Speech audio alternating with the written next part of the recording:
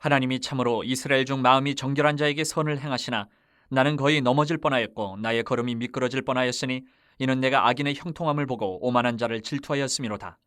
그들은 죽을 때에도 고통이 없고 그 힘이 강건하며 사람들이 당하는 고난이 그들에게는 없고 사람들이 당하는 재앙도 그들에게는 없나니 그러므로 교만이 그들의 목걸이요 강포가 그들의 옷이며 살찜으로 그들의 눈이 솟아나며 그들의 소득은 마음의 소원보다 많으며 그들은 능욕하며 악하게 말하며 높은 데서 거만하게 말하며 그들의 입은 하늘에 두고 그들의 혀는 땅에 두루 다니도다. 그러므로 그의 백성이 이리로 돌아와서 잔에 가득한 물을 다 마시며 말하기를 하나님이 어찌 알랴 지존자에게 지식이 있으랴 하는도다. 볼지어다 이들은 악인들이라도 항상 평안하고 재물은 더욱 불어나도다. 내가 내 마음을 깨끗하게 하며 내 손을 씻어 무죄하다 한 것이 실로 헛되도다. 나는 종일 재난을 당하며 아침마다 징벌을 받았도다. 내가 만일 스스로 이르기를 내가 그들처럼 말하리라 하였더라면 나는 주의 아들들의 세대에 대하여 악행을 행하였으리이다. 내가 어쩌면 이를 알까 하여 생각한즉 그것이 내게 심한 고통이 되었더니 우리는 알게 모르게 비교의식에 이렇게 사로잡혀서 살아갑니다. 일반적으로 우리가 자기도 모르게. 아무리 내가 넉넉해도 정말 부유한 사람 앞에 또 서면 내가 가난한 사람 같이 생각이 되고, 이런 것이 이제 비교의식이죠. 신앙도 그런데 자칫 이런 세상의 잣대에 흔들릴 때가 있는 것 같습니다. 이런 비교의식이, 신앙조차도. 그런데 우리가 잘 기억해야 될 것은, 우리가 하나님을 믿는다라는 것은 많은 신들이 있는데 그 중에 제일 나아서 좋아서 하나님을 믿는 것이 아니다라는 것을 확실히 해야 됩니다. 하나님만이 참신이시기 때문에요. 하나님만이 참신이시기 때문에. 다른 신은 없기 때문에 하나님을 믿는 것이지, 신이 많은데 그 중에 하나님이 제일 좋은 것 같아 내가 골라서 믿는다, 그거 아니다라는 거예요. 비교가 아니라는 거예요. 유일하신 신이시고 참신은 하나님밖에 없기 때문에 우리가 하나님을 믿는 거예요. 그래서 우리가 이 비교의식에서 벗어나야 된다라는 거죠. 그럼에도 불구하고 우리는 일반적으로 내가 생활하고 우리가 생활하는 이 세상 속에서 지나치게 다른 사람을 의식하면서 살아요. 다른 사람. 그래서 유행에 민감하기도 하고, 나하고 비슷한 사람이 저렇게 하면 나도 꼭 그렇게 살아가야 될 것 같기도 하고, 그렇게 못 살아가면 내가 좀 뒤지는 것 같기도 하고, 이런 비교의식에 빠져 있다는 거예요. 그러다 보니까 많은 것을 내가 알고 보면 정작 많은 것을 누렸고, 많은 것을 누리고 가지고 있음에도 불구하고 감사는 하지 못하고, 저 사람에 비하니까 나는 부족해. 이런 불평이 나온다는 거죠. 감사보다는 불평이. 그게 어디서 나옵니까? 상대적인 비교. 저 사람에 비해서 나는 가난해. 저 사람에 비해서 나는 좀 부족해. 그래서 불평이 나온다는 거죠. 오늘 이 시편 73편을 기록한 시인도 2절 3절에서 이렇게 고백을 합니다.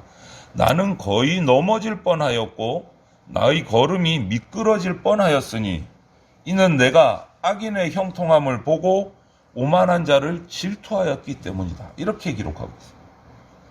이게 무슨 말입니까? 이 시를 기록한 시인이 깊은 고민이 생겼어요. 아니, 하나님을 모르는 저 악인들이 잘 되는 거 보니까 견딜 수가 없는 겁니다.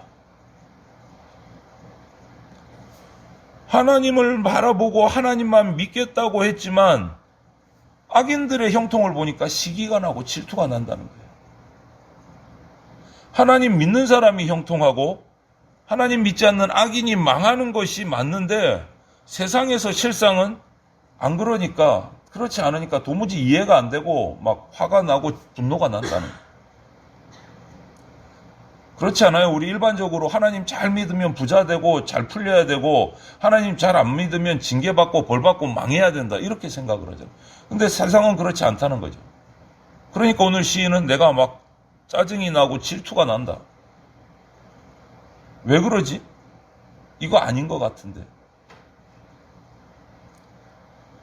우리 사람이라면 누구든지 형통하고 싶어 해요. 잘 되고 싶어 합니다. 그렇지 않습니까? 그런데 진짜 형통함이라는 게 뭘까를 생각하지 않아요.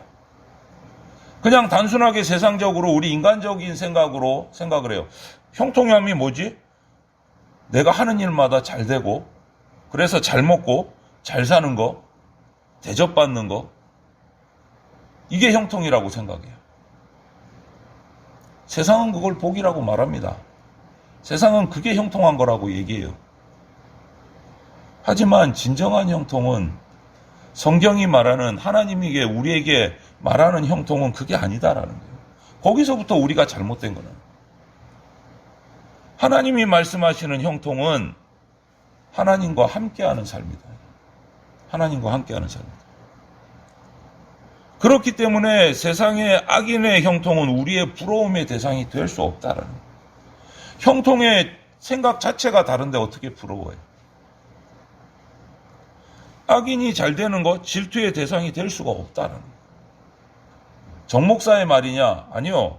잠언 24장 1절 성경 말씀에 이런 말씀이 있어요.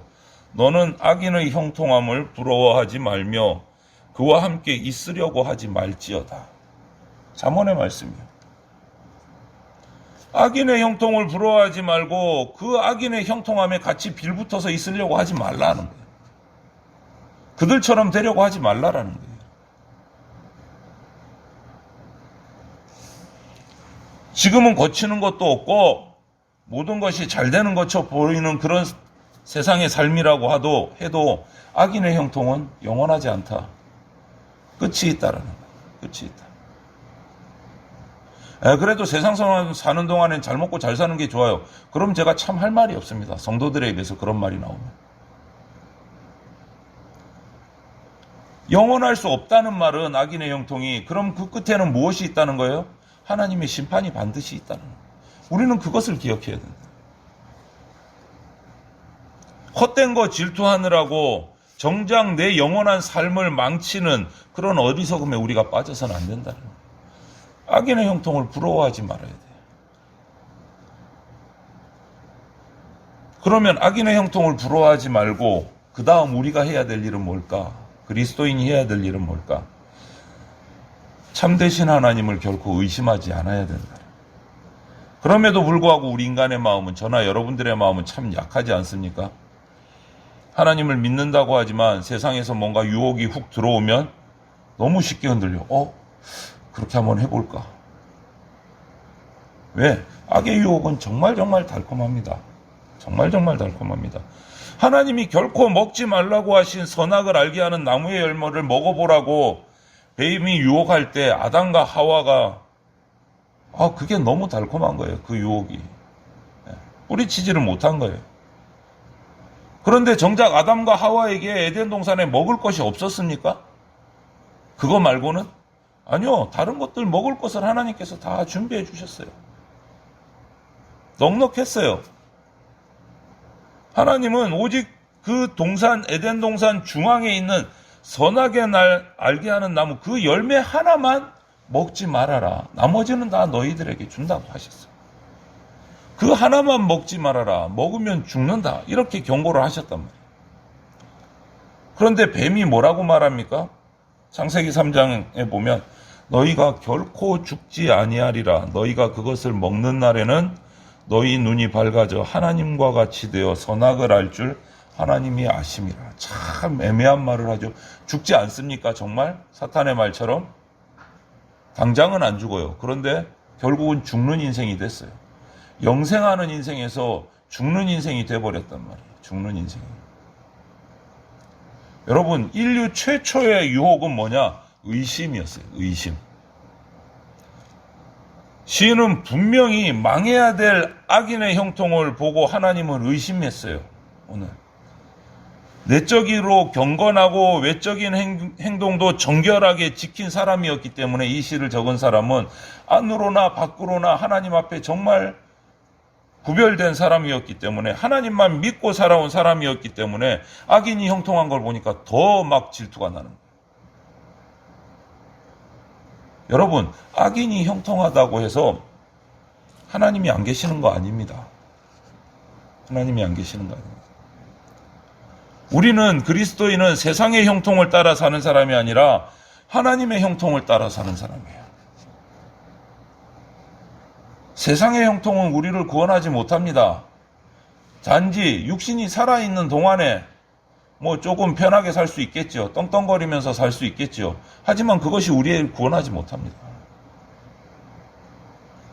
예수님 말씀하셨습니다. 요한복음 6장 27절에 썩을 양식을 위하여 일하지 말고 영생하도록 있는 양식을 위하여 하라. 악인들이 아무리 잘 된다고 해도 그들을 바라보면서 하나님을 의심하지 마십시오, 여러분. 하나님을 의심하면 악에게 지는 겁니다. 하나님만 바라보고 결코 하나님을 떠나지 말아야 됩니다. 신앙인이라면 누구나 자기만의 신앙의 어떤 원칙을 이렇게 가지고 계시는 것들을 종종 이렇게 대화를 나누다 보면 듣고 발견하게 돼요. 자기만의 원칙. 오늘 이 시를 적은 시인의 원칙은 하나님 앞에서 내가 깨끗한 자로 살면, 그렇게 사노라면 하나님의 선하심을 내가 맛볼 것이다. 이것이 자신의 원칙이었어요. 그 신념을 가지고 있었어요. 그렇기 때문에 그런 신념을 가진 사람이 물질적으로 풍요하려고 기득권을 누리고 높은 명예를 얻으려고 그렇게 살았겠습니까? 아니죠. 절제하면서 살았겠죠. 그런데 문제가 생긴 거잖아요. 나는 그렇게 하나님의 선하심을 맛보기 위해서 절제하고 정결하게 사는데, 아니 저 막 나가는 저 악인들은 더 세력이 쌓여지고 더 부유해지고, 그 모습을 보니까 자기의 삶이 너무 초라해 보이는 거예요. 자기의 삶. 정작 악인들은 자기에게 해 끼치지 않는데도 그들을 보는 것만 해도 막 질투가 나고 분노가 일어나고, 그들이 입은 옷만 봐도 장신구만 봐도 저건 무슨 또 잘못을 저질러 갖고 도둑질을 해 갖고 저렇게 하고 다니나, 교만해 보이기도 하고, 심지어는 오늘 9절 말씀처럼 이렇게 표현하잖아요. 입은 하늘에 두고 혀는 땅을 쓸고 다니고, 없는 데가 없고 못 가진 게 없고. 슬픈 일은 하나님 앞에서 깨끗한 마음으로 살고자 애쓰는 자기보다 악인들이 더 많은 친구들을 데리고 있고 더 많은 사람들을 모은다는 게 더 짜증이 나고. 여러분, 이 시인의 모습이 오늘 우리의 모습 같지 않아요? 그리스도인들의 모습 같지 않아요? 여러분, 세상은 사탄이 권세 잡은 공간이에요. 예수님이 다시 오시기 전까지. 하나님 앞에서 마음을 지키면서 살아가려는 사람들은 이 세상 가운데 언제나 이런 문제에 부딪힐 수밖에 없는 상황이에요. 그리고 그 문제를 우리가 해결하지 못하면 내 마음을 깨끗하게 지키는 것이 불가능해요. 그러면 결과는 오늘 2절 말씀처럼 되는 거예요. 시인이 고백한 것처럼 나는 거의 넘어질 뻔했고 내 걸음이 미끄러질 뻔했다. 이런 문제를 해결하는 길은 뭐냐? 오늘 또 본문 안에 그 해결책도 있습니다. 하나님 앞에 이 시인을 보세요. 자신의 마음을 속내를 그대로 다 내려놔요. 마음속에 악인들을 향한 질투, 미움, 이런 마음들을 그대로 하나님 앞에 고백을 합니다. 고백을 해요. 그 사람들을 따라가는 것이 아니고 하나님 앞에 나와서 그 마음을 다 내놔요. 하나님, 이렇게 짜증이 나고 이렇게 힘들고 이렇게 괴로운데, 이것이 하나님 앞에 내 마음을 쏟아놓는 것이 문제 해결의 첫걸음이야. 하나님 앞에 내 마음을 내려놓는 것이. 마음속에 이런 질투, 미움이 있으면 우리 마음을 깨끗하게 지킬 수가 없어요, 여러분. 내 마음속에 어떤 지체들을 향한, 사람들을 향한, 세상을 향한 미움이 있고 질투가 있으면 내 마음은 깨끗할 수가 없는 거예요. 절대 깨끗할 수가 없어요. 아무리 외쳐봐야 허탕이에요. 해결하는 방법은 오늘 시인의 방법이 딱 맞는 정답인 거예요. 하나님 앞에서 솔직하게 내 마음을 들여다보고 그 마음을 하나님 앞에 다 고백하는 거예요. 미움이 있는데도 난 미흡지 않아. 나는 마음이 깨끗한 사람이야. 나는 그리스도인이야. 사랑하지도 않는데 나 너 사랑해 말로만. 하나님이 모르실까요?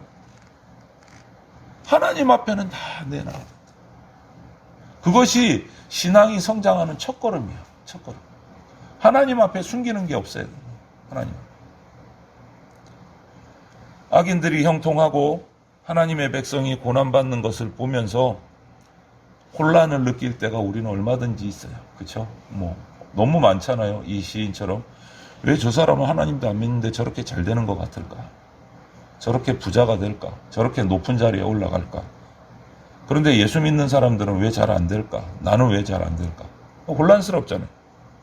그러다 보면 악인들의 형통함이 부럽기도 하고, 심지어는 결국은 하나님을 의심하고 원망하기까지도 하고, 그렇게 될 때가 많다는 거죠, 우리 가운데.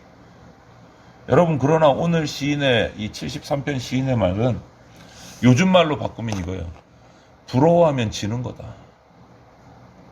부러워하면 지는 거다. 세상을 부러워하면 여러분, 우리 그리스도인이 세상에 지는 게 돼요. 우리는 언제나 진정한 형통을 우리에게 주시는 하나님만 바라보고 그분 앞에 내 모든 생각과 마음을 다 쏟아놓고 하나님 앞에 머무는 그러한 백성이 될 때 우리는 진짜 형통, 세상의 형통이 부럽지 않은 진정한 하늘의 형통함을 누리는 백성이 되게 됩니다. 저와 여러분들이 이 진짜 형통함을, 하나님께서 주시는 형통함을 누리게 되시기를 주님의 이름으로 축원을 드립니다.